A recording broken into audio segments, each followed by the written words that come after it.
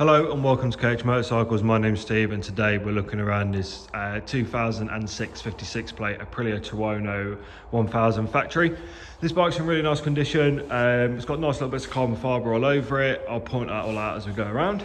Starting off at the front, you've got front OHLINE forks, fully adjustable, so you can set this up to your kind of rider weight and riding style. Brembo brakes have plenty of stopping power. Carbon fibre front mudguard, which is nice to have. Got little bobbins on both sides here, and then all the engine casings are nice and tidy.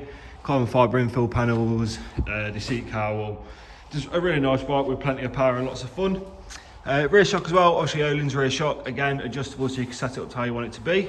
Twin arrow cans on this, which sounds really nice. Has still got the baffles in, which you can take out if you want a little bit more grunt out of it.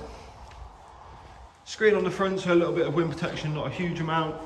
And then around this side again, all nice and tidy, nothing really too major to point out on this bike. A couple of little scrapes on the bottom, but yeah, nothing too out there. Look towards the dash. See there, it's done 21,200 miles. Give it a little start.